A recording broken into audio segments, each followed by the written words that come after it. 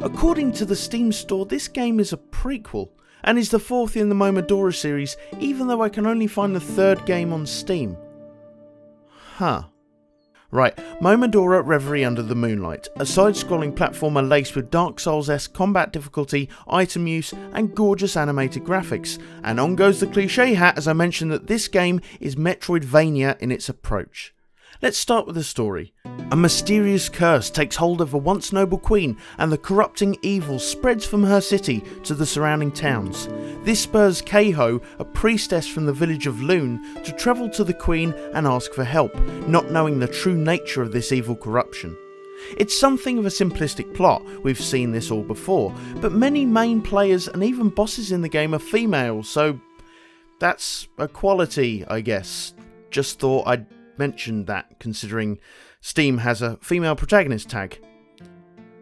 Booby attack. Without giving away any spoilers here, I will note that I found latter parts of the game plain anticlimactic, and there are different endings to unlock, but it's up to you to discover them for yourself. Combat is tricky. Enemies have stun frames, sure, but sometimes you have to fight and dodge your way through an onslaught of projectiles and spells, using a melee combo and arrow shots to take down enemies. I say combo. There's one combo, but the way you approach enemies and their placements means that things really have a tough time of getting stale. For someone who appreciates games like Guacamelee for including combos and special moves that add variety to the game, I found myself very impressed with Momodora's exciting action, beautifully highlighted by the triumphant sprite graphics. The art style is breathtaking.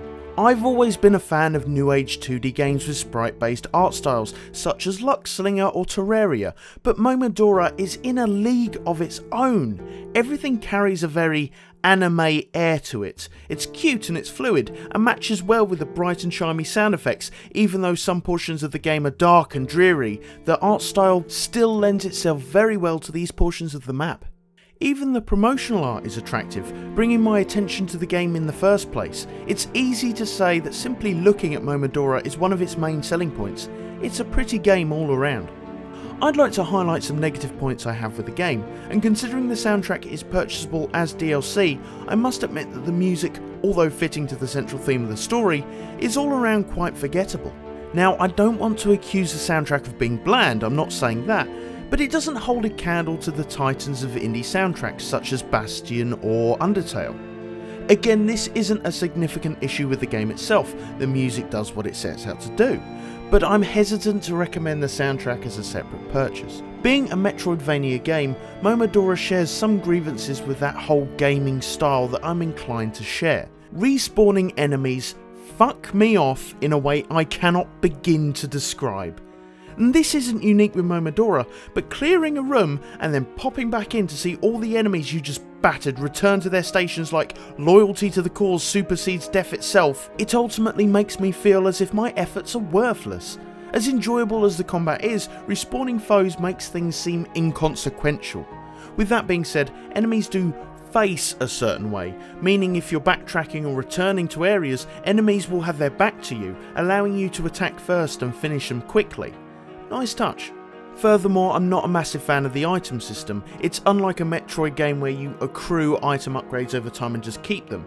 Considering you're limited to 2 passive items and 3 active items at a time, unable to change your weapons or armour as you would expect with a game like this, it's a bit annoying. More of a personal gripe, but it's something that really did bug me. In summary, if you're looking for a difficult game that challenges your skill in combat, gives you a huge map to explore and roam with secrets to discover and areas to unlock, if you're in the mood for a sprite-based side-scroller with cute characters, a workable story and plenty of playtime, or if you're just looking to blow $6.99, Momodora Reverie Under the Moonlight should be a serious consideration for you. You will like this game if you like Metroid, Vania, and cute anime girls.